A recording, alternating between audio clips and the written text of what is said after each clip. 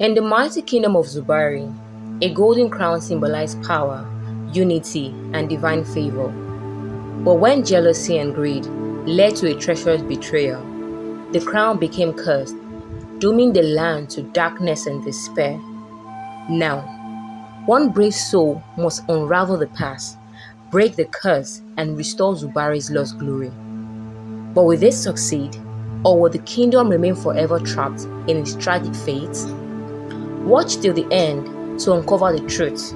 Like, comment, and subscribe for more epic story. Let's dive right into it. The night was silent, but the wind whispered secrets only the spirits could hear. The savannah moon shone high above, casting silver lights over the land. Beneath the great sky, a forgotten kingdom lay in ruins, swallowed by time. Zubari, once the heart of the great savannah. It was a land of wisdom, wealth, and warrior. Its ruler, Queen Nyala, was chosen by the gods themselves. A power bound to a single artifact, the crown of Zubari. Forged from celestial gold, it was no ordinary crown. It was said to hold the blessing of the ancestors, protecting the kingdom and ensuring prosperity. As long as the crown remained in the palace, Zubari could never fall. But power attracts greed. One night, under the cover of darkness, the queen's most trusted advisor, Kamari, crept into the sacred chamber. His hand trembled as he reached for the crown. His heart pounded. "This kingdom should have been mine," he whispered. "I will not live in a shadow." As his finger brushed the golden surface, the very ground seemed to shudder in protest. The torches flickered. A cold wind howled through the corridor. Then silence. With the crown in his grasp, Kamari fled into the night. The moment he crossed the palace gates, Zubari fell. The rivers dried, the crop withered. A dark plague spread through the land. The people, once prosperous, were caused to wander. Their kingdom turned to darkness and dust behind them. The gods, furious at the betrayal, hid the crown where no mortal could find it. They declared, only one of through Zubari's blood may reclaim the crown and restore the balance. But as time passed, the royal bloodline faded into legend. Zubari was forgotten until now. Far beyond the ruins of Zubari, deep in a quiet village, a young girl named Adamma lived a simple life. But Adamma was different. She dreamed of a golden city lost in time. She heard whispers of ancestors calling her name, and on the palm of her hand was a birthmark, the same symbol that once adored the banner of Zubari. For years, she dismissed it as coincidence, until the day the drought came. Her village, once lush, became barren. The river turned to thirst. Desperation filled the air. That night, an old griot, a storyteller, came to the village. His name was Baba Kune, and in his voice carried the weight of forgotten history. The land suffered, he told them, because the cursed crown of Zubari is lost, and with it, the balance of the world. He turned to the crowd, his eyes resting on Adamma. "You," he whispered, "you bear the mark of the lost hair." Gasps spread through the villagers. Adamma felt her heart racing. "Me?" she asked. "You are the last hope," Baba Kune said, "the only one who can reclaim the crown and restore what was lost."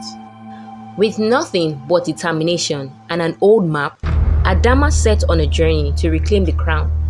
Her path was not an easy one. First, she crossed the Whispering Dunes, a desert where the spirits of fallen warriors murmured their regrets. The winds howled with voices from the past. "Turn back," they whispered, "Zubari's gone." But Adamma pressed forward. Next, she reached the River of Shadows, a cursed river that showed false reflections.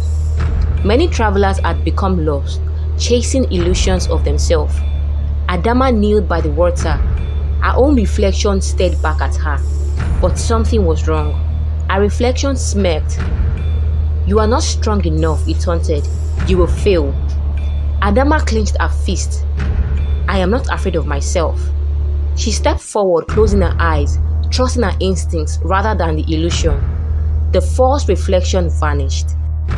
Finally, she climbed the mountain of echoes, where an ancient guardian panther awaited. Its golden eyes glowed in the darkness. "Answer my riddle," the panther growled. "What is lost but never forgotten?" Adamma's voice was steady. "A kingdom with a true heart." The panther lowered its head in respect. "Go, your destiny awaits." At last, Adamma reached the tomb of Kamari, hidden deep within the forbidden desert. Inside, torches flickered with a ghostly glow. At the center of the chamber, upon an obsidian altar, rested the crown of Zubari. But she was not alone. A figure emerged from the darkness, a shadowy spectre, his eyes burning like embers. "Kamari, you're unworthy," he hissed. "Only one who understands sacrifice may reclaim the crown." Adamma's heart pondered. She stood tall.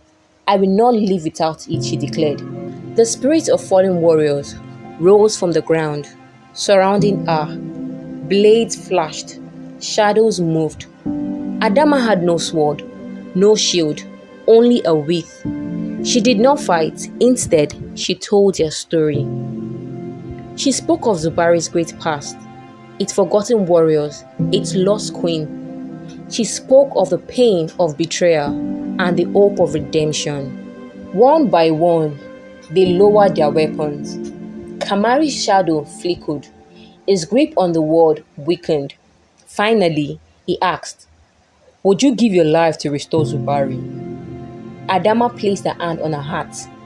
A true ruler does not seek power for themselves, but for their people. If my life restores Zubari, then I give it willingly. The room shook.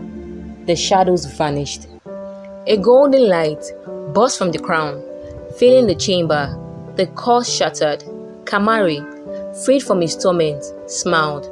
"You have passed the final test." With reverence, Adamma lifted the crown of Zubari.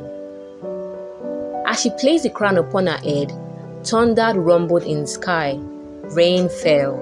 For the first time in years, the rivers flowed. The trees bloomed. The land breathed once more. The people of Zubari, scattered across the land, felt a pull in their hearts. One by one, they returned to their homeland. And when they saw Adamma, crowned and strong, they knelt before her. "The queen has returned," they whispered. "Zubari was reborn." Many years later, under a twilight sky, an old woman sat by a fire, gathered children around, listening intensely as she told the tales of the cursed crown of Zubari. As she spoke, the stars above twinkled, forming the outline of the lost kingdom, as if the ancestors were still watching. And with a smile, Queen Adamma said, "As long as our stories are told, Zubari will live forever." The end. I hope you enjoyed today's story. If you did, don't forget to subscribe and turn on your notification bell